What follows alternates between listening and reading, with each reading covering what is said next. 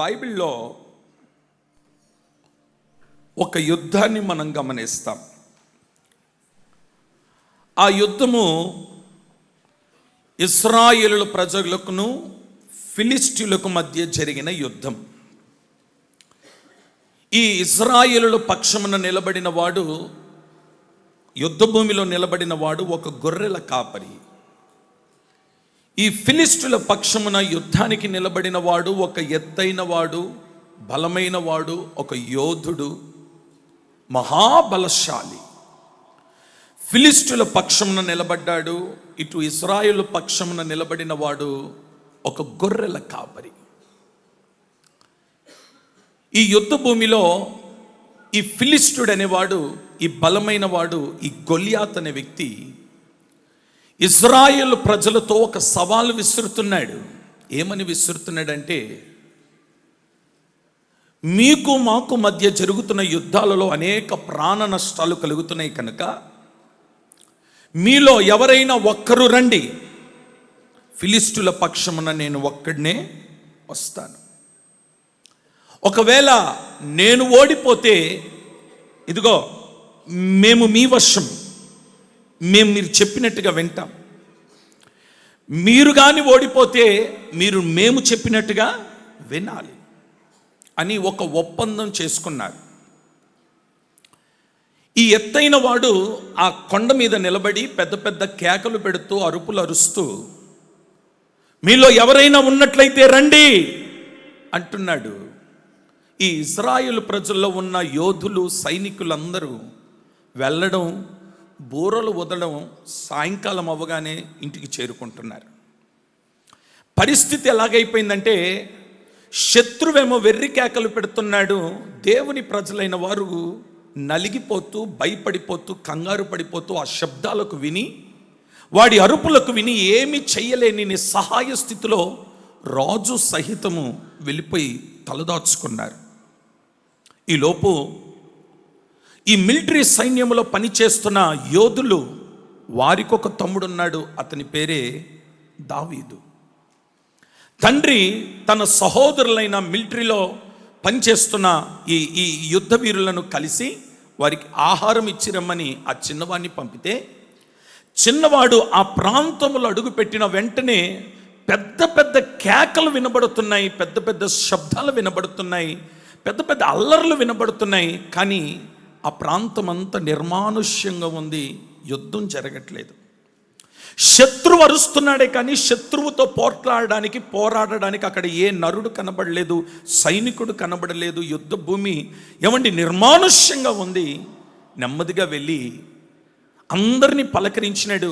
ఎవరు సరైన జవాబు చెప్పకపోయేటప్పటికీ తిన్నంగా రాజుగారి దగ్గరికి వెళ్ళినాడు. రాజా, శత్రువు అనేవాడు, ఫిలిష్తీయుడు అనేవాడు, సున్నతి లేనివాడు అన్ని పెద్ద కేకలు పెడుతున్నాడే, మీరేంటి మౌనంగా ఉన్నారేంటి? మీరు యుద్ధము చేయవలసిన రాజు అయి ఉన్న నీవు యుద్ధము చేయకుండా మౌనంగా ఉన్నావేంటి? ఒరే చిన్నవాడా, ఈ యుద్ధం గురించి నీకు పెద్దగా తెలీదురా. నీ వయస్సు చిన్నది, నీ ఆకారము చిన్నది. ఆ శత్రువు అనేవాడు అరుస్తున్నాడే, కేకలు పెడుతున్నాడే, వాని రూపాన్ని చూసినవా?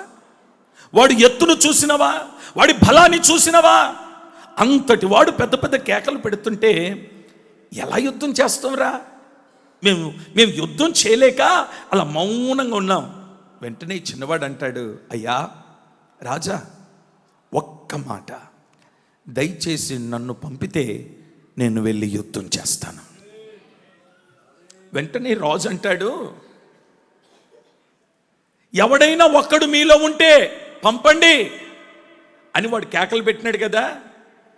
వీడేమో ఉరుకులాడుతున్నాడు, ఉడుకు రక్తం వీడిది, యుద్ధం నేను చేస్తాను అంటున్నాడు.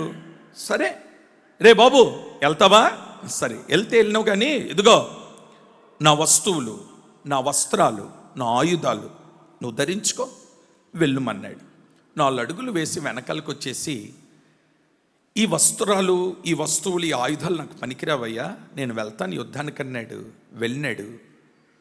వెళ్ళి ఆ ఫిలిష్తీయుడితో మాట్లాడిన కొన్ని మాటలు ఈరోజు మనం కొన్ని ధ్యానం చేద్దాం. వెళ్ళిన వాడు ఆ ఫిలిష్తీయుడు చెప్పిన మాటలేంటి, ఆ ఫిలిష్తీయుడితో దావీదు మాట్లాడిన మాటలేంటో ఒకసారి లేఖనాలు తీసి చదువుదామా? అందరూ కూడా మీ లేఖనాలు తెరవండి. 1 సమూయేలు 17వ అధ్యాయం. 1 సమూయేలు 17వ అధ్యాయం 44 నుండి 46 వచనాల వరకు చదివి వినిపిస్తారు. నా దగ్గరికి రమ్ము, నీ మాంసమును ఆకాశ పక్షులకును. చూడండి, ఈ ఫిలిష్తీయుడు అంటాడు, నా దగ్గరికి రమ్ము, నీ మాంసమును ఆకాశ పక్షులకును భూమృగములకును ఇచ్చివేతునని ఆ ఫిలిష్తీయుడు దావీదుతో అనగా దావీదు నీవు కత్తియు ఈటయు బల్లెమును ధరించుకొని నా మీదికి వచ్చుచున్నావు. అయితే నువ్వు తిరస్కరించిన ఇశ్రాయేలు సైన్యములకు అధిపతి యెహోవా పేరట నేను నీ మీదికి వచ్చుచున్నాను.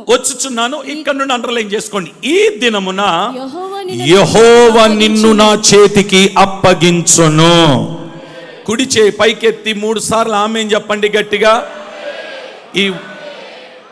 ఈ ఉదయకాల ఆరాధనలో శత్రువు అనబడిన ఫిలిష్తీయుని, నీకు విరోధముగా పనిచేస్తున్న శత్రువుని, నీకు నీ కుటుంబానికి వ్యతిరేకముగా పనిచేస్తున్న ఫిలిష్తీయుని, ఏమండి, ఏ ఫిలిష్తీయుని చూసి కంగారు పడిపోతూ, కలవరపడిపోతూ, కృంగిపోతూ, భయపడిపోతూ ఇక మేము చెయ్యలేము, చేతగాదు మాకు అనుకున్నావో, పరిశుద్ధాత్మ దేవుడు ప్రవచన రీతిగా చెప్తున్నాడు. ఈ ఉదయకాలం ఈ భక్తుడు అంటాడు, ఈ చిన్నవాడు అంటాడు, ఈ గొర్రెల కాపరి అంటాడు, ఈ దావీదు అంటాడు, యెహోవా నిన్ను నా చేతికి అప్పగించబోతున్నాడు.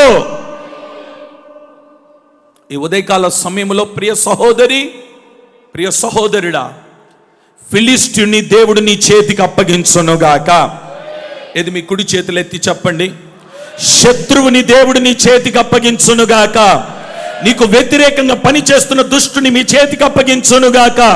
నీకు విరోధంగా మాట్లాడిన వాణ్ణి దేవుడు నీ చేతికి అప్పగించునుగాక. నీ కుటుంబానికి వ్యతిరేకంగా పనిచేసిన వాణ్ణి దేవుడు నీ చేతికి అప్పగించునుగాక. నీ పిల్లల భవిష్యత్తును పాడు చేసిన వాణ్ణి దేవుడు నీ చేతికి అప్పగించునుగాక. దావీదు అంటాడు, ఈరోజు దేవుడు నిన్ను నా చేతికి అప్పగించబోతున్నాడు. ఆమేనండి. కొంచెం గట్టిగా, ఇంకొంచెం గట్టిగా చెప్పండి. నేనంటాను, భయంకరమైన సమస్యలతో నలిగిపోతున్నాం. ఓ పక్కన కుటుంబ సమస్యలు, ఓ పక్కన పిల్లల సమస్యలు, ఓ పక్కన ఆర్థిక సమస్యలు, ఓ పక్కన వ్యాపార సమస్యలు, ఓ పక్కన సమాధానం లేదు, ఓ పక్కన చూస్తే కుటుంబంలో అలజడులు జరుగుతున్నాయి, ఓ పక్కన చూస్తే ఉద్యోగాలు లేక, ఓ పక్కన చూస్తే భయంకరమైన ఇబ్బందులతో నలిగిపోతున్నాం.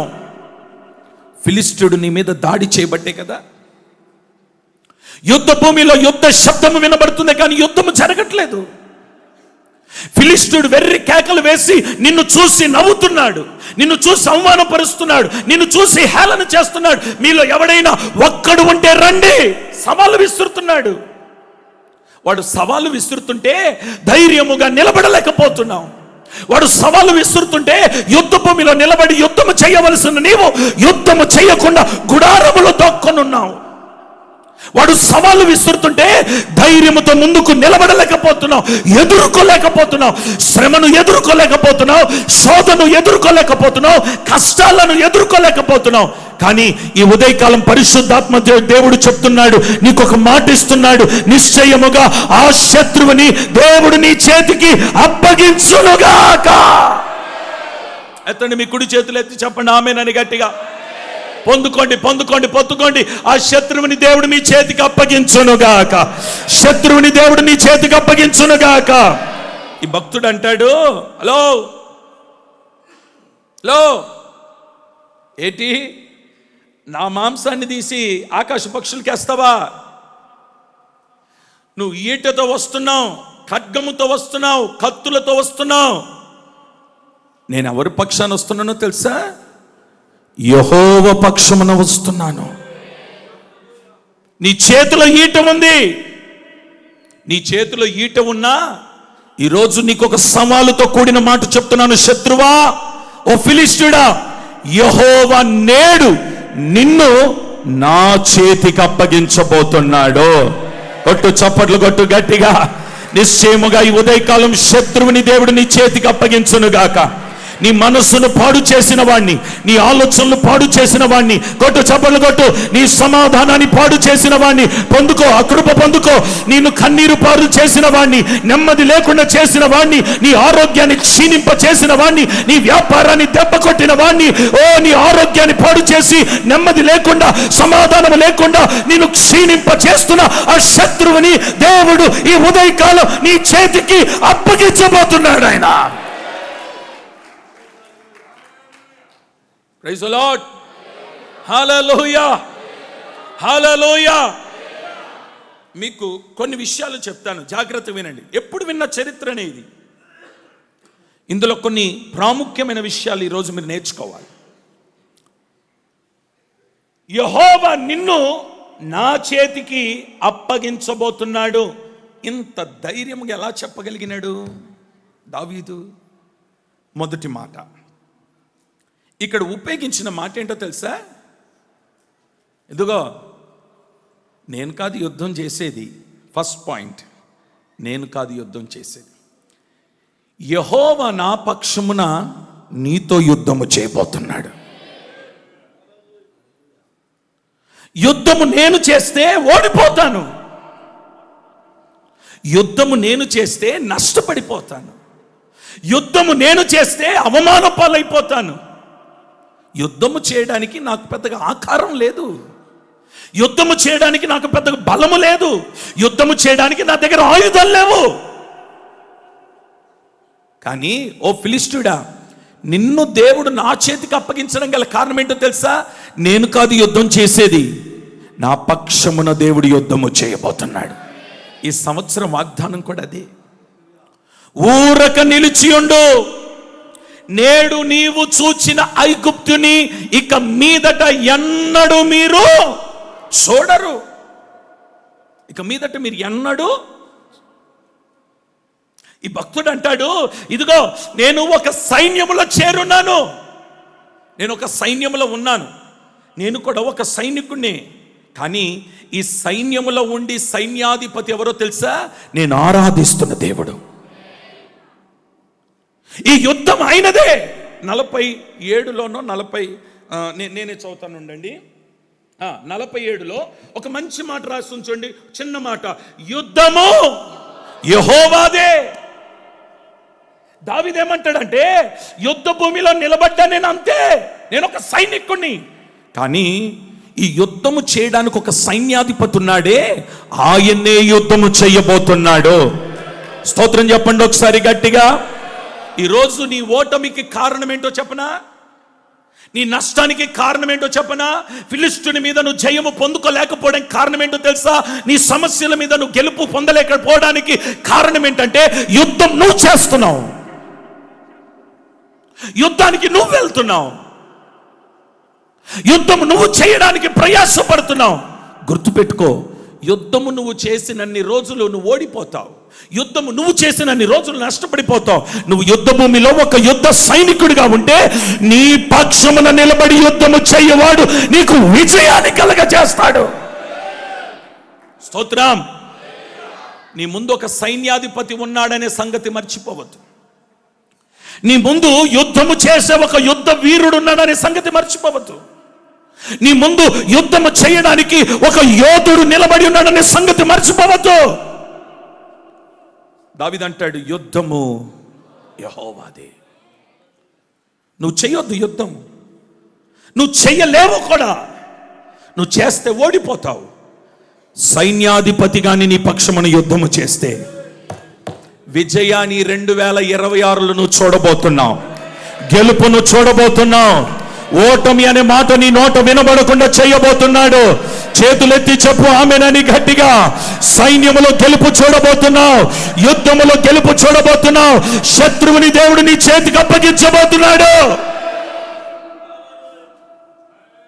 Praise the lord.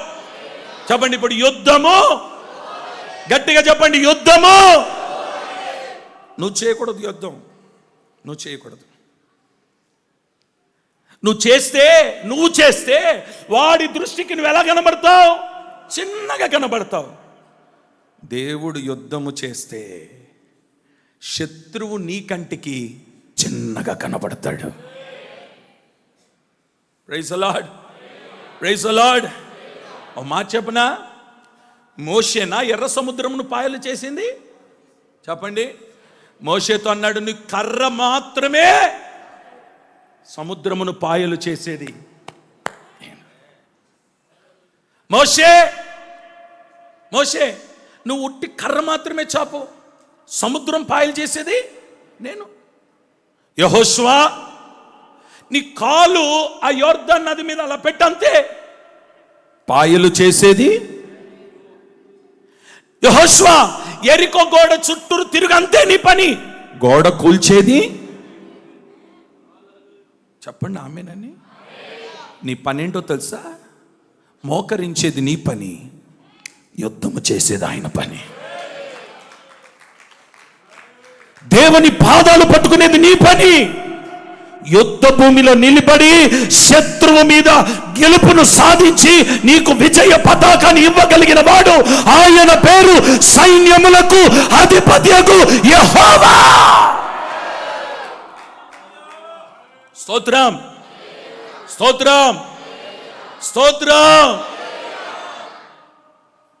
నువ్వు చేయొద్దు యుద్ధం. చెప్పండి, ఎవరు చేస్తారు? ఇంకొంచెం గట్టిగా చెప్పండి. రెండవది, నీ ఓటమికి కారణం ఏంటి? ఇక్కడ దావీదు గెలవడానికి కారణం ఏంటి? రెండవ మాట, రాజు దగ్గరికి వెళ్ళి అక్కడ ఉన్న వారితో చెప్తున్న మాట ఏంటో తెలుసా? అయ్యా, మీరు నన్ను చూసి భయపడుతున్నారు, కానీ నేను ఒక మాట చెప్తాను. ఏంటా మాట తెలుసా? సింహాన్ని అలా నోరు పట్టుకొని చీల్చి చంపేసినానయ్యా, ఎలుగుబంటిని కూడా చంపేసినానయ్యా. ఆఫ్టర్ ఆల్ ఈ గొలియాత్ ఎంతయ్యా, వాణ్ణి కూడా. ఇక్కడ ఒక మాట ఆలకించాలి. దావీదు పట్ల దేవుడు చేసిన ఉపకారములకు కృతజ్ఞతగా తన సాక్ష్యము చెప్తున్నాడు. ఏం చెప్తున్నాడు? ఈరోజు చాలామంది సాక్ష్యం చెప్పడానికి సిగ్గుపడుతున్నారండి. నేను అంటాను, నీవు చనిపోయినా నీ సాక్ష్యం ఇంకా బ్రతికే ఉండాలి. డేవిడ్ రాజు గారు చనిపోయినారు, కానీ డేవిడ్ రాజు గారి సాక్ష్యం బ్రతికే ఉంది. అర్థమవుతుందా? దావీదు అంటాడు, కృతజ్ఞత హృదయముతో అంటాడు, ఇదిగో నేను సింహాన్ని చంపి ఎలుగుబంటిని చంపిననయ్యా, ఆ రెండుటిని చంపడానికి యెహోవా నా పక్షమున ఉన్నాడు. సాక్ష్యం చెప్తున్నాడు. ఈరోజు నీకు ఆ సాక్ష్యం ఉందా? నీ జీవితంలో చేసిన మేలుకు నువ్వు సాక్ష్యం చెప్పగలిగితే కదా గొలియాతును దేవుడు నీ చేతికి అప్పగిస్తాడు. సాక్ష్యం చెప్పకుండా గొలియాతును దేవుడు నీ చేతికి అప్పగించాలంటే కష్టం. ఈరోజు నోరు విప్పి ప్రభు చేసిన మేలన్నిటికీ కృతజ్ఞతాస్తుతులు చెల్లించు. ఒకసారి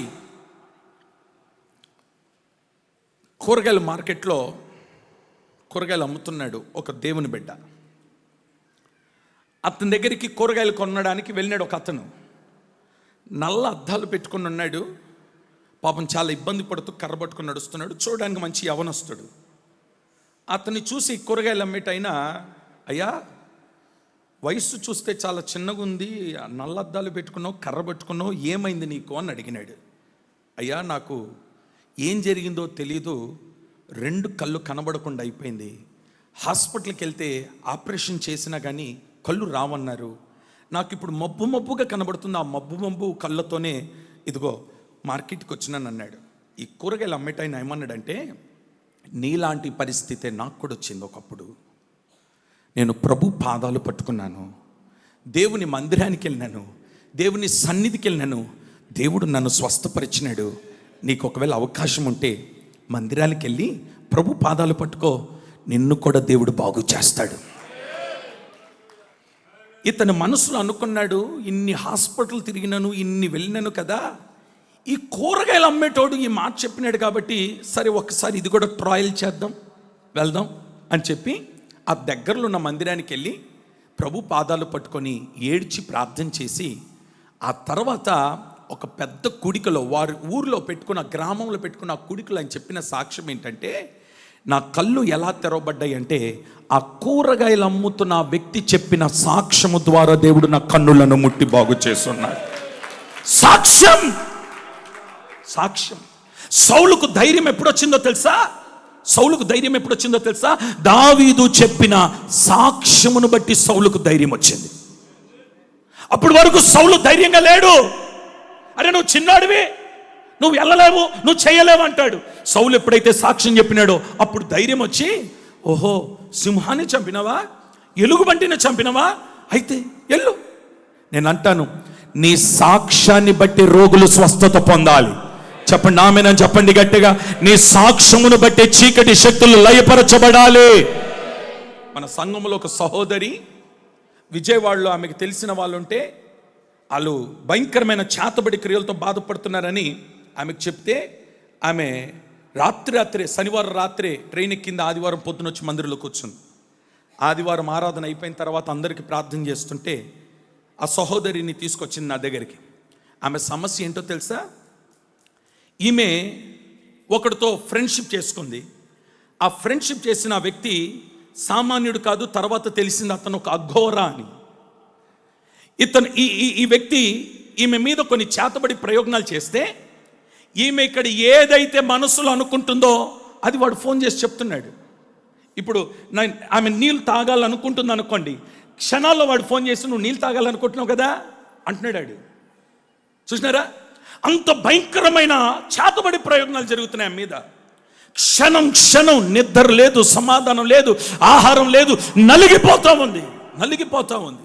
తీసుకొచ్చింది ఆదివారం, చేతులుంచి ప్రార్థన చేసినాను, జరిగిన కొన్ని సాక్ష్యాలు చెప్పినాను, నమ్మింది, విశ్వసించింది, రాత్రి కుడికలో పాలు పొందింది. ఆదివారం రాత్రి బయలుదేరి వెళ్ళిపోయింది. నిన్న రాత్రి ఆమె చెప్పిన సాక్ష్యం ఏంటంటే, ఆ రోజు నుండి ఈ రోజు వరకు ఏ చేతబడి ప్రయోగాలు నా మీద జరగట్లేదయ్యా. ఈరోజు వస్తానన్నది మరి వచ్చిందా లేదో? వచ్చిందా? రాలేదు కదా.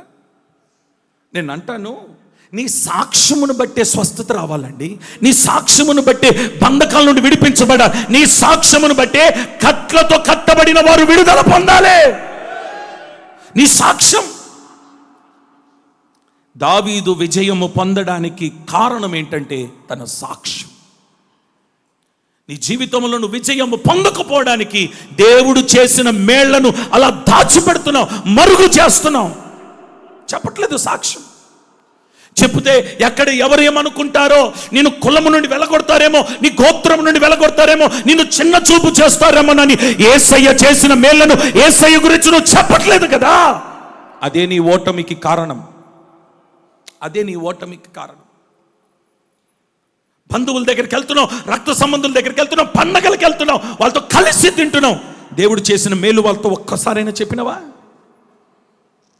వాళ్ళతో కలిసి కూర్చొని తింటున్నావు, దేవుడు చేసిన కార్యాన్ని ఒక్కటైన వారితో చెప్పినవా? అందుకే కదా శాపాన్ని నువ్వు అనుభవిస్తున్నావు, ఓటమి అనుభవిస్తున్నావు, అపజయాలు అనుభవిస్తున్నావు. నేను అంటాను, ఈరోజు ఒక ఉన్నతమైన స్థాయిలో నువ్వు కనబడిన తర్వాత నీ పూర్వమును ఎన్నడూ కూడా నువ్వు మర్చిపోకూడదు. నీ గతమును ఎన్నడూ కూడా మర్చిపోకూడదు. ఏ స్థితిలో నుండి దేవుడు నిన్ను లేవనెత్తున్నాడో ప్రతి క్షణము నీవు జ్ఞాపకము చేసుకోగలిగితే విజయ పతాకాన్ని దేవుడు నీ చేతికి అప్పగించునుగాక. చెప్పండి ఆమేనని గట్టిగా. 3వ పాయింట్, సమయం లేదు కాబట్టి చెప్తున్నాను, జాగ్రత్తగా వినండి. 3వ పాయింట్, యుద్ధానికి బయలుదేరుతున్నాడు. యెహోవా నేడు నిన్ను నా చేతికి, చెప్పండి గట్టిగా కదా. అంత ధైర్యంగా చెప్పడం గల కారణం ఏంటో తెలుసా? సౌలు రాజు గారి దగ్గరికి వెళ్ళి, అయ్యా నేను యుద్ధానికి బయలుదేరుతున్నాను అనగానే ఆయన ఏమంటాడో తెలుసా? ఇదిగో నా ఆయుధాలు తీసుకో, నా సరుకు తీసుకో, నా వస్తువులు తీసుకో అని అంటే, ఈ దావీదు ఏమంటాడో తెలుసా? నీ ఆయుధాలు, నీ సరుకు నాకు వాడుక రాదు. సౌలా నీ సరుకు నాకు, చెప్పండి నీ సరుకు నాకు.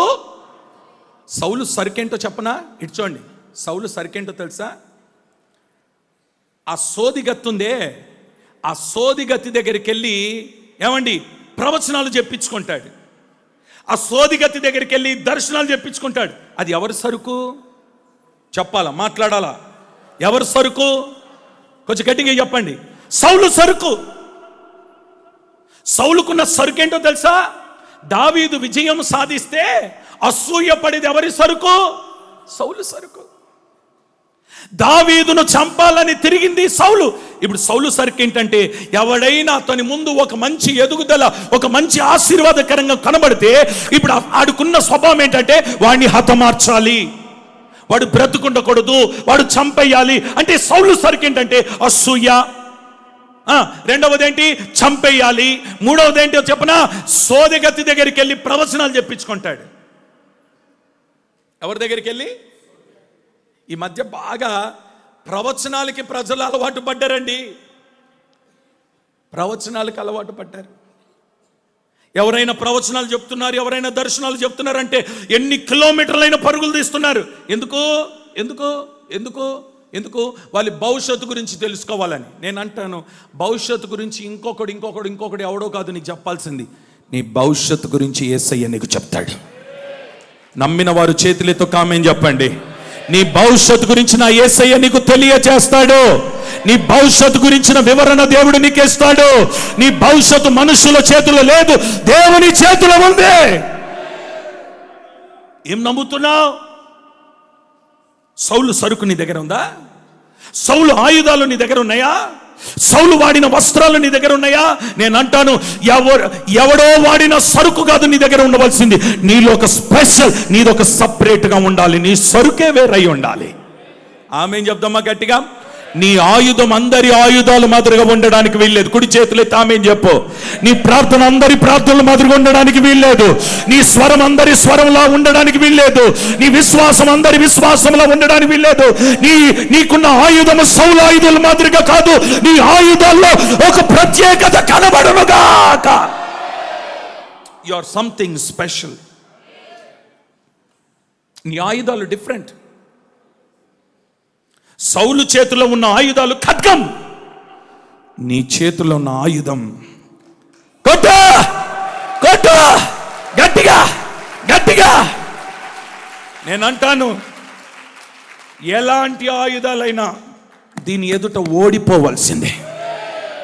అంతటి ఆయుధాన్ని దేవుడు నీ చేతికి అప్పగించినాడు కదా, ఎందుకు భయపడుతున్నావు? నువ్వు ఓటమి పాలవ్వడం కారణం ఏంటంటే, వేరే వాళ్ళ ఆయుధాలు తీసుకుంటున్నాం, వేరే వాళ్ళ ప్రార్థనల మీద ఆధారపడుతున్నాం, వేరే వాళ్ళ ప్రవచనాల మీద ఆధారపడుతున్నాం, వేరే వాళ్ళు చెప్పే దర్శనాల మీద ఆధారపడుతున్నాం. నీకు దర్శనం లేదా? నీకు గురి లేదా? నీ భవిష్యత్తు గురించి నీకు తెలీదా? ఈరోజు ప్రభు చెప్తున్నాడు, ఎక్కడో ఎవడో ఆయుధాల మీద కాదు నువ్వు ఆధారపడాల్సింది. నీకు నేను ఒక ఆయుధం ఇస్తాను. ఇప్పటి వరకు ఎవడు వాడని ఆయుధాన్ని నేను నీకు ఇస్తాను. ఆ ఆయుధాన్ని పట్టుకో. శత్రువు మీద విజయాన్ని నువ్వు సాధించబోతున్నావు. చెప్పు గట్టిగా, హల్లెలూయా హల్లెలూయా. ఇప్పుడు చెప్పండి, మొదటిది నువ్వు గెలవాలి, నువ్వు విజయాన్ని సాధించాలని అంటే ఏంటండి? మీరు కాదు యుద్ధం చేయాల్సిందా, ఆ సైన్యంలో నువ్వు చేరాలంతే. రెండవది, దేవుడు చేసిన ప్రతి మేలు కృతజ్ఞతగా నువ్వు అనేకులకు సాక్ష్యమును చెప్పాలి. మూడవది, నీ సరుకు వేరు, సౌలు సరుకు. చెప్పాలి, నీ సరుకు వేరు. ఇప్పుడు నువ్వు ఎవరు సరుకు వాడకూడదు? సౌలు సరుకు వాడద్దు. నీ సరుకు సంథింగ్ స్పెషల్. నీ సరుకు డిఫరెంట్. నీ సరుకు అందరి సరుకులుగా ఉండకూడదు. స్తోత్రం చెప్దామా? ఇంకొంచెం గట్టిగా చెప్దామా? మీ సరుకు ఎలా ఉండాలో తెలుసా? పట్టుకుంది చిన్న రాయే, ఎత్తైన వాణ్ణి వెనకకు పడేయలేదంట. గట్టిగా చదువు, మాట చదువు. 51వ వచనం చదువు. 51వ వచనం చదువు. వాడు ఎక్కడ పడగా? ఒక్కసారి నా వైపు చూడండి. నీ చేతులున్న సరుకు చిన్నదే. నీ చేతులున్న సరుకు, పెద్ద పెద్ద కత్తులు నీ దగ్గర లేవు. టాలెంట్ మాట్లాడండి, డబ్బు, బ్యాక్గ్రౌండ్, బ్యాక్ సపోర్ట్ మాట్లాడరే, కుల సపోర్టు ఉందా? మీ వెనకాల ఎవరైనా రాజకీయ నాయకులు సపోర్టు? నీకు ఒకే ఒక సపోర్టు, యుద్ధము నీ చేతిలో ఉన్నది గట్టిగా. కానీ ఒక మాట చెప్పనా, రాయి చిన్నదే, ఎత్తైన వాణి వెనకాలకు పడేయలేదు. కొంచెం గట్టిగా చెప్పండి, నా వైపు చూడండి, నా వైపు చూడండి. ఎత్తైన వాణ్ణి వెనకాల పడేయకుండా ముందు పడేయడం గల కారణం ఏంటో తెలుసా? ఒరే దావీదు, నువ్వు చిన్నవాడివే, పట్టుకుంది చిన్నరాయే, నీ వెనకాల ఉన్న సైన్యములకైన అధిపతి యెహోవాకు నేను బోర్లు పడి నమస్కరిస్తున్నాను రా. నీ ఎదుట నేను నిలబడలేకపోయినాను, నీతో యుద్ధము చేయలేకపోయినాను. బోర్లు పడ్డాడంటే అర్థం ఏంటో తెలుసా? దండం పెట్టుకున్నాడు, ఇక నేను యుద్ధము నీతో. శత్రువుని సంవత్సరం బోర్లు పడేటట్టుగా చేయబోతున్నాడు. చెప్పామెనని గట్టిగా, నీ ఎదుట బోర్లు పడేటట్టుగా చేయబోతున్నాడు. చేతులెత్తి స్వరం ఎత్తి గట్టిగా హల్లెలూయా. శత్రువు నీ బోర్లు పడతాడండి. Praise the lord. ఇంకొంచెం గట్టిగా, ఇంకొంచెం గట్టిగా. బోర్లు పడితే ఏం చేసినాడమ్మా దావీదు? దావీదు పరిగెత్తుకొని పోయి మీద నిలుచుండి. ఎక్కడ నిల్చున్నాడట? ఎక్కడ నిల్చున్నాడు? అందరు నా వైపు చూడండి. నిన్నటి వరకు ఆడు నిలబడితే ఈయన ఎలా కనబడ్డాడు? ఇప్పుడు ఆడు బోర్లు పడిన తర్వాత ఈయన ఎక్కడెక్కి నిలబడ్డాడట? శత్రువుల పైన ఎక్కి నిలబడే అధికారాన్ని దేవుడు నీకు ఇవ్వబోతున్నాడు. శత్రువుని కాళ్ళ కింద ఉండబోతున్నాడు. చెప్పు ఆమేనని గట్టిగా. శత్రువుని కాళ్ళ కింద ఉండబోతున్నాడు. నీ వ్యాపారానికి వ్యతిరేకంగా పనిచేస్తున్న శత్రువు నీ కాళ్ళ కింద ఉండబోతున్నాడు. నీ కుటుంబానికి విరోధంగా చేస్తున్న శత్రువు నీ కాళ్ళ కింద ఉండబోతున్నాడు. చెప్పు ఆమేనని గట్టిగా. ఇప్పుడు ఆడు ఎవరి కాళ్ళ కింద ఉన్నాడు? ఫిలిష్తీయుడు ఎవరి కాళ్ళ కింద ఉన్నాడు? నా కాళ్ళ కింద ఉన్నాడని చెప్పలేకపోతున్నారేంటి? చెప్పండి, ఎవరి కాళ్ళ కింద ఉన్నాడు? నా కాళ్ళ కింద ఉన్నాడు. Praise the lord. ఎంత దమ్మున మాట అంటాడంటే, యెహోవా నేడు నిన్ను నా చేతికి. ఇక భయపడొద్దు మీరు. ఈ 2026 ప్రభు ఒకటే మాట అన్నాడు, ఇదిగో మీరు ఓరకనే నేడు చూసిన ఐగుప్తుని ఇక మీదట మీరు, నేను శత్రువుని నీ చేతికి. చెప్పండి గట్టిగా. ఆడెక్కడుంటాడు ఇప్పుడు? నీ కాళ్ళ కింద ఉంటాడు. నీ ఆనందాన్ని, నీ సంతోషాన్ని పాడు చేసిన వాడు ఉన్నాడు కదా, నీకు వేదన కలగ చేసిన వాడు ఉన్నాడు కదా, నేను దుఃఖము కలగ చేసిన వాడు ఉన్నాడు కదా. ఎంత కష్టపడినా కష్టార్జితాన్ని అనుభవించలేని భయంకరమైన శాపాన్ని అనుభవిస్తున్నావు కదా. ఆ ఫిలిష్తీయుడు ఈరోజు నీ కాళ్ళ క్రిందికి వచ్చునుగాక. గట్టిగా చెప్దామా? ఆ తర్వాత చదవమ్మా. వాణ్ణి చంపి వాని కత్తి వరదూసి వాణ్ణి తలను తెగవేసెను. ఫిలిష్తీయులు తమ శూరుడు చచ్చుట చూచి పారిపోయి. 54వ వచనం. అయితే దావీదు ఆ ఫిలిష్తీయుని ఆయుధములను, ఆ ఫిలిష్తీయుని ఎవరి ఆయుధాలు? ఆ ఫిలిష్తీయుని ఆయుధములను తన డేరాలో ఉంచుకొని అతని తలను తీసుకొని, వినాలి, అతని తలను తీసుకొని యెరూషలేమునకు వచ్చెను. ఇక్కడ ఆగుదాం అమ్మా. ఇటు చూడండి. కాలు నరికినడా, తల నరికినడా? మీరందరు గట్టిగా మాట్లాడాలా. కాలు నరికినడా, తల నరికినడా? ఇంతకి తల ఎందుకు నరికినాడో 4 విషయాలు చెప్పి నేను ముగించేస్తాను. కాలు నరకొచ్చు కదా? కాలు నరకలేదు. నడుము దగ్గర కొట్టొచ్చు కదా? ఏం పట్టుకున్నాడు? ఆడ బుర్ర ఎంత ఉందో చూడండి. ఆడ బుర్రకాయ ఎంత ఉందో చూసినారా? ఎదురా బాబు చూపించాగో. ఓరే నాయన, స్తోత్రం చెప్దామా? ఇంకొంచెం గట్టిగా చెప్దామా?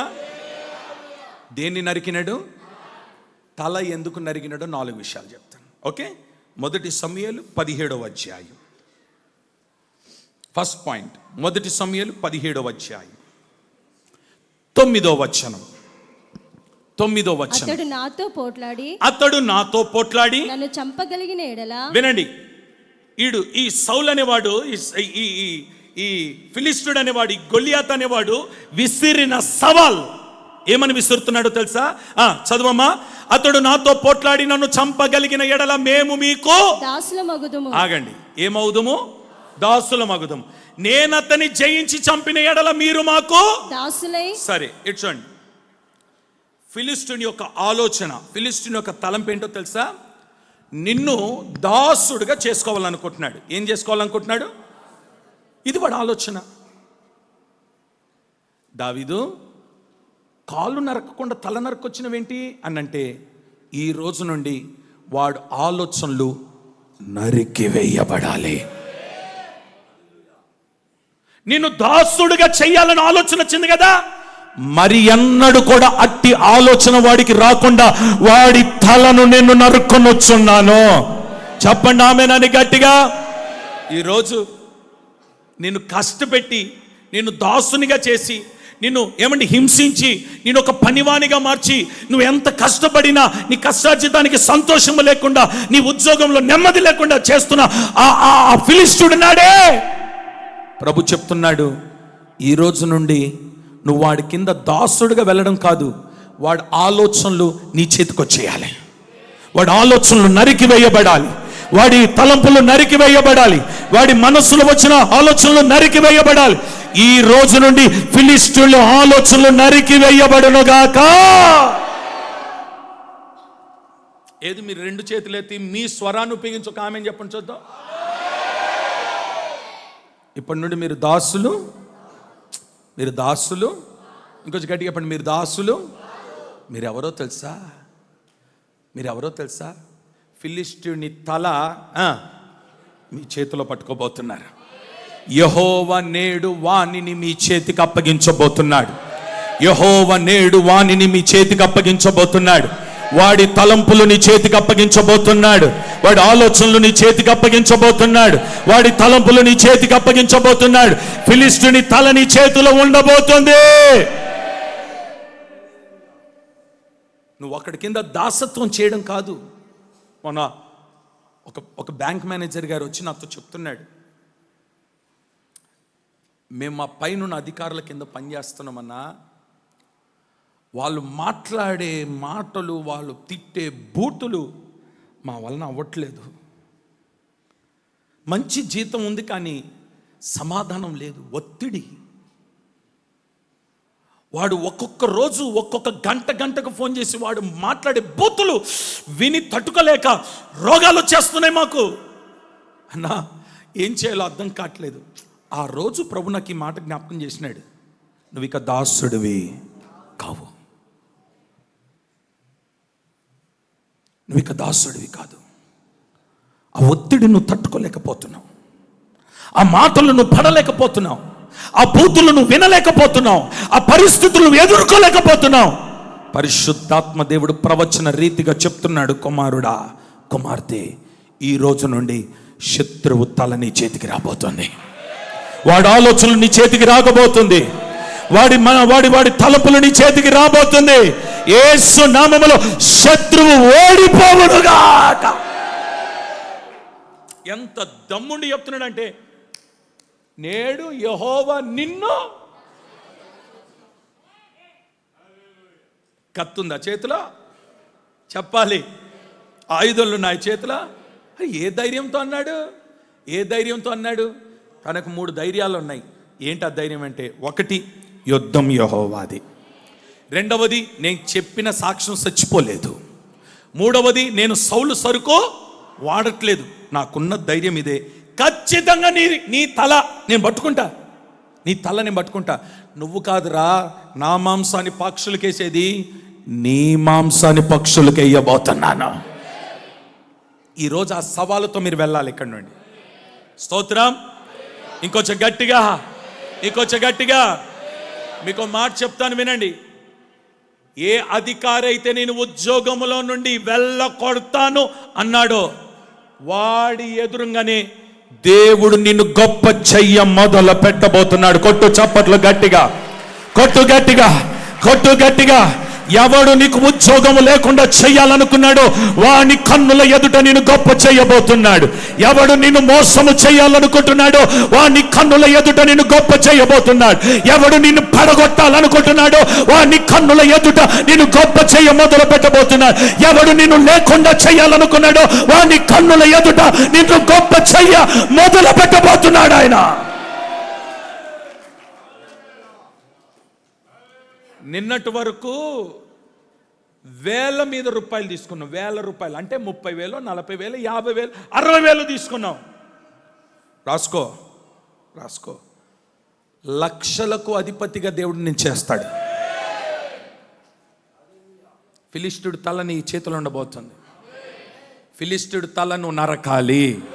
ఇప్పుడు చెప్పండి, మీరు ఏం చేయాలి? ఇప్పుడు ఫిలిష్తుని తల నరకాలి. ఓకే. రెండవది, ఫిలిష్తుడు తలనే ఎందుకు నరికినాడంటే, ఒకటి వాడు మనస్సులో ఆలోచన ఏంటంటే నేను ఏం చేయాలని, దాసునిగా చేయాలని. రెండవ ఆలోచన చూడండి. 1 సమూయేలు 17వ అధ్యాయం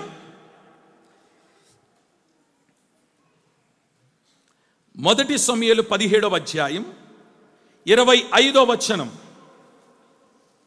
25వ వచనం. ఇశ్రాయేలులో ఒకడు వచ్చుచున్న ఆ మనిషిని చూచితిరే. ఇశ్రాయేలులో ఒకడు వచ్చుచున్న మనిషిని చూచితిరే. నిజముగా ఇశ్రాయేలును తిరస్కరించుటకై ఏంటంటే ఇశ్రాయేలులను తిరస్కరించుటకై వాడు బయలుదేరుచున్నాడు. ఆగండి. ఈ ఫిలిష్తుడుకున్న రెండో స్వభావం ఏంటంటే తిరస్కారం. చెప్పండి అందరూ గట్టిగా, కొంచెం గట్టిగా చెప్పండి. ఇంకొంచెం అర్థమయ్యే శైలిలో చెప్పాలంటే తిరస్కారం అని అంటే నువ్వు ఏ పని చేసినా దానికి వ్యతిరేకంగా మాట్లాడడం, అవమానపరిచినట్టుగా మాట్లాడడం, హేళన చేస్తూ మాట్లాడడం, నువ్వు చేతగానోడివిరా అని అనడం. అర్థమవుతుందా? అంటే వాడు ఎంతసేపటికి నీ మీద ఏం చేస్తున్నాడంటే తిరస్కారం వ్యతిరేకంగా మాట్లాడుతూ ఉంటాడు. విరోధంగా పని చేస్తూనే ఉంటాడు. తిరస్కరించే ఆలోచనలు, తిరస్కరించే మనస్సు ఎవరిది? అయ్యా, కాలు నరక్కుండా తలబట్టుకొచ్చినవి ఏంటంటే తిరస్కారం అనేది వాడు మైండ్లో ఉంది. మేము ఏమి చేసిన వాడు మమ్మల్ని ఏం చేస్తున్నాడు? తిరస్కరిస్తున్నాడు. మేము ఏ పని తలమెట్టినా వాడు ఏం చేస్తున్నాడు? తిరస్కరిస్తున్నాడు. ఏ పని పూనుకున్న వాడు ఏం చేస్తున్నాడు? తిరస్కరిస్తున్నాడు. మేము ఎంత కష్టపడ్డ వాడు ఏం చేస్తున్నాడు? తిరస్కరిస్తున్నాడు. ఇక మీదట ఆ తిరస్కారం అనేది జరగకూడదు, అందుకని వాడు తల నరుక్కొని వచ్చినని అన్నాడండి. స్తోత్రం చెప్పండి ఒకసారి గట్టిగా.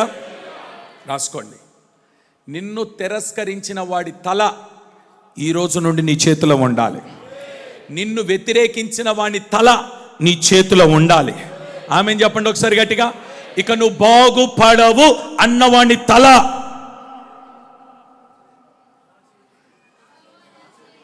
చెప్పండి నా చేతిలో ఉండాలని చెప్పండి. ఇంకొంచెం గట్టిగా చెప్పండి. నువ్వు బ్రతకవు అన్నాడు కదా ఆడి తల. నువ్వు ఏ పని చేసినా ఫెయిల్ అన్నాడు కదా వాడి తల. నువ్వు ఇల్లు కట్టినావు, అయిపోయింది, ఇల్లు కూలిపోతుంది అన్నాడు కదా ఆడి తల. నువ్వు వ్యాపారం ప్రారంభించినావు, నీ వ్యాపారం జరగకుండా చేయాలని అనుకున్నాడే వాడి తల. నువ్వు బాగుపడుతుంటే వాడికి నచ్చట్లేదు. వాడు ఏం చేస్తున్నాడు? తిరస్కరిస్తున్నాడు. ఇశ్రాయేలులను తిరస్కరిస్తున్నాడు. ఇశ్రాయేలు ప్రజలకు మీద తిరస్కారపు మాటలు మాట్లాడుతున్నాడు. వాడి తల ఈ రోజు నీ చేతికి దేవుడు అప్పగించును గాక. ఒకటి, వాడి తల నరకడం గల కారణం నేనేం చేయాలనుకుంటున్నాడు? దాసులుగా మార్చుకోవాలనుకుంటున్నాడు. రెండవది, వాడు ఏం చేస్తున్నాడు? తిరస్కరిస్తున్నాడు. ఆమె చెప్పండి ఒకసారి గట్టిగా. ఇంకొంచెం గట్టిగా చెప్పండి. తిరస్కారం అనేది ఎవడి పని అంటే ఫిలిష్తుడి పని. నేను అంటాను, ఒక వ్యక్తిని గొప్పగా ఆశీర్వదించిన దేవుడు నేను ఆశీర్వదించడా? పక్షపాత అయినా చెప్పండి పక్షపాత కాదు కదా. ఆయన పక్షపాత అయిన దేవుడు కాదు. నువ్వు ఎదగవలసిన నీవు ఎదగకుండా ఎదుగుతున్న వ్యక్తి మీద నువ్వు తిరస్కారం చేస్తున్నావు అని అంటే నీలో ఇంకా ఏం స్వభావం చావలేదు? ఫిలిష్తీయుని స్వభావము. సంఘములో ఒక వ్యక్తి దీవెనకరంగా ఉంటే ఆ వ్యక్తిని చూసి సహించలేక తిరస్కరిస్తున్నావే, ఏం చావలేదు నీలో? ఫిలిష్తుని ఆలోచన, స్వభావం. నేను అంటాను, ఈరోజు తిరస్కారము చేసే ఆ ఆలోచన నరికి వేయబడునుగాక. ఆమెను చెప్పండి ఒకసారి గట్టిగా. ఒక్కసారి ఆగి ఆలోచన చేద్దాం. ఒక వ్యక్తి మీద నువ్వు తిరస్కారం చేయడానికి ముందు నీ వ్యక్తిగతంగా నీ సాక్ష్యం ఎలాగుందో ఒకసారి ఆలోచించు. ఒక వ్యక్తి గురించి చెడుగా నువ్వు మాట్లాడడానికి ముందు నీ స్వభావం, నీ క్యారెక్టర్ ఎలాగుందో ఒకసారి ఆలోచించు. ఒక వ్యక్తి గురించి ఏలు ఎత్తి చూపించడానికి ముందు వ్యక్తిగతంగా నీ వ్యక్తిగత జీవితాన్ని ఒకసారి ఆలోచన చేసుకో. నేను అంటాను, ఆ వ్యక్తిని తిరస్కరించాల్సింది నిన్ను నీవు తిరస్కరించుకో. వాడి ఆలోచనలన్నీ ఈరోజు నీ చేతికి వచ్చేయాలి. స్తోత్రం చెప్తాం ఒకసారి గట్టిగా. తిరస్కారం అనేది ఇక మీదట నీలో కనబడకుండా ఉండునుగాక. స్తోత్రం చెప్పండి గట్టిగా. హల్లెలూయా. 3వ మాట 32వ వచనం. 3వ మాట 32వ వచనం. అమ్మా, ఈ ఫిలిష్తీయుని బట్టి ఎవరి మనస్సును కృంగ నిమిత్తము లేదు. చాలు. అంటే ఇప్పుడు ఫిలిష్తీయుడి మూడో స్వభావం ఏంటంటే కృంగదీసే. అమ్మా కొంచెం గట్టిగా చెప్పండి. కృంగదీసే. నెమ్మది లేకుండా, సమాధానం లేకుండా, నిద్ర పట్టనివ్వకుండా, కుటుంబంలో నెమ్మది లేకుండా, పిల్లల మధ్య నెమ్మది లేకుండా, ఆరోగ్యం లేకుండా నిన్ను కృంగదీసేవాడు ఎవడనంటే ఫిలిష్తీయుడు. ఇప్పుడు కృంగదీసేవాడి తల ఎవరి చేతిలో ఉండాలి? కొంచెం గట్టిగా మాట్లాడరే. ఈ ఉదయకాలం నిన్ను కృంగదీసేవాడి తల నీ చేతికి వచ్చునుగాక. వాడి ఆలోచనలు చచ్చునుగాక. ఆ వైపు చూడండి. 12 మందిని పంపించినాడు ఎరికో పట్టణాన్ని చూసిరమ్మని కదా. 10 మంది తిరిగి వచ్చినారు. ఆ 10 మంది చెప్పిన మాటలకు ఇశ్రాయేలు ప్రజల హృదయాలు ఏమైనాయి? కృంగిపోయినాయి. చెప్పండి, ఏమైందమ్మా 10 మంది చెప్పిన మాటలకి? కొంచెం గట్టిగా చెప్పండి. ఆ కృంగుదల మాటలేంటో తెలుసా? వాళ్ళు ఎత్తైన వాళ్ళు బలమైన వాళ్ళ దగ్గర డబ్బు ఉంది, వాళ్ళ దగ్గర అది ఉంది, వాళ్ళ దగ్గర ఇది ఉందని కృంగిపోయే మాటలు చెప్తే ఇశ్రాయేలు ప్రజల మనసులన్నీ ఏమైపోయినాయి? కానీ కొద్దిసేపటికి ఇద్దరు వచ్చినారు. ఆ ఇద్దరు చెప్పిన మాటలకి ఇశ్రాయేలు ప్రజల్లో ధైర్యము కలిగింది. ఆ ఇద్దరు ఎవరో తెలుసా? ఇక్కడ కూర్చున్న మీరే ఆ ఇద్దరై ఉండాలి. స్తోత్రం చెప్దామా. కృంగదీసే ఆలోచనలు నరికి వేయబడాలి. చెప్పండి, కృంగదీసే ఆలోచనలు. నీకు ఇక పెళ్ళి కాదు అని అన్నారు. ఆడన్నంత మాత్రం నీకు పెళ్ళి కాకుండా ఉంటుందా? ఆడి కళ్ళెదురుగానే దేవుడు నిన్ను గొప్ప చేయ మొదలు పెడతాడు. స్తోత్రం చెప్పండి. అమ్మా, ఇక నీకు జీవితంలో ఉద్యోగం రాదు అన్నాడు. ఎవడాడు? నేను కృంగదీసేవాడు ఫిలిష్తీయుడు. ఆడు చూస్తుండగానే మొన్నటి వరకు చేసిన దానికంటే గొప్ప ఉద్యోగాన్ని దేవుడు నీకు ఇవ్వబోతున్నాడు. స్తోత్రం చెప్పండి గట్టిగా. ఇక నువ్వు బ్రతకవు. నిన్ను కృంగదీసినాడు. నీకు వచ్చిన రోగాన్ని బట్టి నువ్వు బ్రతకవు అని కృంగదీసినాడు. నేను అంటాను, ఆడు బ్రతకవు అని అంటే నువ్వు బ్రతకుండా పోతావా? ఆడు కృంగుదల మాటలకు నువ్వు భయపడొద్దు. కృంగుదల అనే తలకాయ నువ్వేం చేయాలి? ఈరోజు నరకాలి. చెప్పండి గట్టిగా, నరకాలి. చెప్పండి గట్టిగా, నరకాలి. ఇక నువ్వు ఆర్థికంగా ఎదగలేవు. కృంగదీసినాడు. కృంగుదల మాటలు. నువ్వు పైకి రాలేవు, ఇల్లు కట్టలేవు, పిల్లలకు పెళ్లిళ్ళు చేయలేవు, నీ బతుకింతే. కృంగదీసే మాటలు. ఈ 10 మంది వచ్చి అంటారు, సార్ ఆ దేశం మనం సొంతం చేసుకోలేం, మనకు రాదు, అది వదిలించుకోవడం బెటరు. ఈ ఇద్దరు వచ్చి అంటారు, అయ్యా ఖచ్చితంగా వారిని దేవుడు మన చేతికి అప్పగించబోతున్నాడు. స్తోత్రం చెప్పండి ఒకసారి గట్టిగా. ఇంకొంచెం గట్టిగా చెప్పండి. కుక్కను భూతద్దంలో చూస్తే ఎలా కనబడుతుంది? పెద్ద కనబడుతుంది. కుక్కను కుక్కగానే చూస్తే. సమస్యను భూతద్దంలో పెట్టి చూడొద్దు. అది నేను కృంగదీస్తుంది. సమస్య ఎప్పుడు నీకంటే చిన్నగానే ఉండాలి.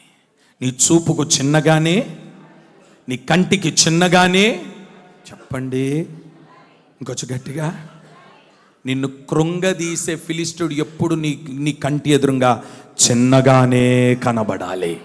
హల్లెలూయా, గట్టిగా చెప్దామా. ఎన్ని మాటలైనాయి? 3 అయినాయి. ఒకటి, వాడి ఆలోచన ఏంటి? రెండవటి నాకు అర్థం కాలేదు, తిరస్కరించే స్వభావం. మూడవది నిన్ను కృంగదీసే ఆలోచనలు. ఇప్పుడు ఇది ఏం చేయాలంట నువ్వు? 4వది చెప్పి ముగించేస్తాను. 4వది 43వ వచనం. ఫిలిష్తీయుడు కర్ర తీసుకొని, నీవు నా మీదకి వచ్చుచున్నావే, నేను కుక్కనా అని దావీదుతో చెప్పి తన దేవతల పేరట దావీదును శపించెను. అక్కడ ఆగండి. ఈడేం చేస్తున్నాడు? ఫిలిష్తీయుడు ఏం చేస్తున్నాడు? వీడికి ఎంతసేపటికి ఆశీర్వదించే అలవాటే. కొంతమంది ఉన్నారండి, వాళ్ళకి పాపం అసలు ఆశీర్వాదాలు బైబిల్లో ఉంటాయనే సంగతి కూడా తెలియదు అనుకుంటా. విచిత్రం ఏంటంటే మనకు తెలీదు శాపాలు ఇన్ని ఉన్నాయి బైబిల్లో అని, అడిగి తెలుసు. ఓ సేవకుడు ఉన్నాడు, ఇప్పుడు లేదు, చనిపోయినాడు, కానీ ఓ సేవకుడు ఉన్నాడు. బైబిల్లో శాపాలకి ఎన్ని రెఫరెన్స్లు ఉన్నాయో అద్భుతంగా రాసుకొని వస్తాడు. ఇక మైకు పట్టుకుంటే ఆదివారం ఒక 15 రెఫరెన్స్ల మీద, శాపాల మీదనే ప్రసంగం. ఇక నువ్వు బాగుపడవురా, నువ్వు నాశనం అయిపోతావురా, నువ్వు చచ్చిపోతావురా, బస్సు కింద పడతావురా, మళ్ళీ దానికి రెఫరెన్స్లు కూడా తెస్తాడు. లేడు, ఈరోజు లేడు. మా పాత వాళ్ళకి అందరికీ తెలుసు. నిన్ను శపించడానికి దేవుడు నిన్ను పంపలేదు, నిన్ను ఆశీర్వదించడానికి దేవుడు నీ నోటిని ముట్టున్నాడు. శపించే స్వభావం, చెప్పండి గట్టిగా, ఇంకొంచెం గట్టిగా. నువ్వు ఎవరో తెలుసా? చేతులెత్తి ఆశీర్వదించే వ్యక్తిగా ఉండాలి. నీ పిల్లలను ఆశీర్వదించే వ్యక్తిగా ఉండాలి. నీ కుటుంబాన్ని ఆశీర్వదించే వ్యక్తిగా ఉండాలి. ఓ పెద్ద ఆయన ఒకడే కొడుకు, వాడికి పెళ్లి చేసినాడు. పెళ్ళైన తర్వాత కొన్ని సంవత్సరాలు ఎట్టి పరిస్థితుల్లో మేడం గారి మాట వినాలి కదా. పాపం మేడం గారి మాట విని కొంచెం ఆ వశంలో ఉన్నాడు. ఈ తండ్రి కడుపు మంట మండి, ఈయన ఇంత చదివించి పెద్ద చేసి గొప్పని చేస్తే వీడు ఏంట్రా భార్య మాట వింటున్నాడు, నా మాట వినట్లేదు అని చెప్పి పాపం నోటుకొచ్చినట్టు చెప్పించి వాడి చావు కోరుకున్నాడండి తండ్రి. శపించినాడు, ఆ కోపంతో శపించినాడు. కోపంతో శపించి చావు కోరుకున్నాడు. నేను దండం పెడుతున్నాను, తల్లిదండ్రులు మీ పిల్లల్ని పొర్రపాటున శపించొద్దు. పొర్రపాటున తండ్రి నోరు విప్పి శపించినాడంటే తల్లి చనిపోయింది, ఆ పిల్లోడి తల్లి చనిపోయింది, ఈయన భార్య చనిపోయింది. చిన్నప్పటి నుండి ఆ పిల్లోడిని పాపం కష్టపడి పెంచినాడు. ఆ పెంచినందుకు కడుపు మండి శపించినాడు. ఇతను సముద్రంలో ఏమంటారు దాన్ని, పెట్రోల్ బావులు తవ్వుతారు కదా, దాంట్లో ఉద్యోగం చేస్తున్నాడు. ఆయనకి అప్పటికే 1,00,000 రూపాయల జీతం. ఆ పిల్లోడికి దాంట్లో ఉద్యోగం చేస్తున్నాడు. ఈ పైన క్రేన్ హుక్కు అలా ఊగుతూ అలా తలకు కొట్టింది, స్పాట్ డెడ్. ఒక్కడే కొడుకు, పెళ్ళయిందో కూతురు పుట్టింది. తండ్రి గుండెలు బాదుకొని ఏడ్చినాడు. కొడుకు తిరిగి వచ్చినాడా? నీ నోరు శపించడానికి దేవుడు పెట్టలే, నువ్వు ఆశీర్వదించాలి. నీ నోరు ఆశీర్వాదకరంగా ఉండాలి. నువ్వు శత్రువునైనా కూడా ఆశీర్వదించాలి. చెప్పండి చెప్పండి చెప్పండి, నీ శత్రువుని కూడా నువ్వు. కానీ ఫిలిష్తీయుడు ఏం చేస్తున్నాడో తెలుసా? శపిస్తున్నాడు, శాపవచనాలు పలుకుతున్నాడు. నో, మన నోరు శపించే నోరుగా ఉండకూడదు, ఆశీర్వదించే నోరుగా ఉండాలి. ఆమె చెప్తాం ఒకసారి గట్టిగా, ఇంకొంచెం గట్టిగా చెప్పండి. శపించే ఆలోచనలు, అది గట్టిగా, శపించే ఆలోచనలు. నువ్వు బాగుపడవురా అని అనకూడదు. ఏమండి, నేను పొరపాటున ఎవరిని కూడా శపించనండి. ఒక్కసారి దెబ్బతిన్నాను. ఆ రోజుతో నా చెంపలు కొట్టుకున్నాను. ప్రభువా నన్ను క్షమించిన ఆయన, నేను ఆ పని చేయను. నేను ప్రారంభంలో, ఇప్పుడు కాదు, ప్రారంభంలో, సేవ ప్రారంభంలో ఉద్రేకం మీద ఒక అతను నా ముందు కూర్చొని అలా బల్లగొట్టి మందిరం మీద మట్టి ఇసిరినాడు. అయ్యో, మందిరం మీద మట్టి ఇసిరినవా, నా ఎదురుగా నిలబడి బల్లగొట్టినావా, అరే రే రే రే రే రే రే, ఇంక అయిపోయింది నీ చరిత్ర అన్నాను. అంతే, ఇంకేమనలేదు, నీ చరిత్ర అయిపోయింది అన్నాను. చెప్పకూడదు కనండి, కన్న కూతురుని పోగొట్టుకున్నాడు, 2 కళ్ళు గుడ్డివాడైపోయినాడు, కుటుంబం అల్లకొల్లలం అయిపోయింది, చివరికి ఆ కుటుంబ పరిస్థితి దారుణంగా అయిపోయింది. ఆ మధ్య ఆయన చనిపోయినాడు, పరిస్థితులన్నీ దారుణంగా అయ్యి. ఆ రోజు ప్రభుని క్షమాపణ అడిగిన, ప్రభు నన్ను క్షమించు, నాకెంత బాధ కలిగినా శపించడం అనేది నా నోట ఉండకూడదు ప్రభువా, నా నోరు ఆశీర్వదించే నోరుగానే ఉండాలి. ఆ రోజు నుండి అందరిని ఆశీర్వదించడమే ప్రారంభించినాను. విచిత్రం ఏంటో చెప్పనా, నేను ఇలా ఆశీర్వదిస్తున్నాను, ఆశీర్వాదాలు అలా దిగి వస్తున్నాను. బోయాజు వచ్చి పొలంలో పనిచేస్తున్న వారితో అంటాడు, యెహోవా మిమ్మలను ఆశీర్వదించునుగాక. ప్రజలేమన్నారో తెలుసా, యెహోవా మిమ్మలను దీవించునుగాక. ఈయన ఒక్కడంటే ఇంతమంది ఆయన మీద దీవెనలు పలుకుతే ఎలాగుంటుంది చూడండి. ఈ రోజు నుండి నీ నోరు ఆశీర్వదించే నోరుగా ఉండాలి. ఆమె చెప్పండి ఒకసారి గట్టిగా. అత్తమ్మల్లారా, మీ కోడల్ని కోడల్లారా మీ అత్తమ్మని పొర్రపాటున శపించడం అనేది మన నోట. స్తోత్రం చెప్పండి గట్టిగా. శపించొద్దు. ఏ ఇంటికి పోయినా మామ అల్లుళ్ళ గొడవ ఎప్పుడు వినలేదండి. అత్త కోడల గొడవలు, అత్తల గొడవలే తప్ప మామ అల్లుళ్ళ గొడవలు ఎక్కడైనా నిన్నామా? ప్రేమన్నా ఉండవు. శపించొద్దు. శపించే స్వభావం ఎవరిది? కొంచెం గట్టిగా చెప్పండి. ఇప్పుడు అందరు కలిసి నాతో పాటు చెప్పండి, నేడు యెహోవా వాణిని. కొంచెం గట్టిగా, అంతేనా కదా? యుద్ధం అంతే. ఇక మీరు ఏ దానికి కంగారు పడే పని లేదు. 4 విషయాలు జాగ్రత్త పెట్టుకోండి. నిన్ను దాసునిగా చేయాలనుకున్న వాడిని తల, రెండవది తిరస్కరించిన వాడి తల, మూడవది కృంగదీసిన వాని తల, నిన్ను శపించిన వాని తల. ఇంటికెళ్ళి కత్తులు పట్టుకుని పోతారా? ఇక్కడనే కత్తులు పట్టుకోండి, వాక్యాన్ని పట్టుకొని వెళ్ళండి. ఇక మీదట ఫిలిష్టుడు అనేటోడు బయట ఎక్కడో లేడు, నీ మైండ్లో పనిచేసేటోడే ఫిలిష్టుడు. అది నేర్చుకోండి. నీ బుర్రలో పనిచేస్తున్నాడే ఆడే ఫిలిష్టుడు. వాణ్ణి నువ్వు నరుకొదువుగాక.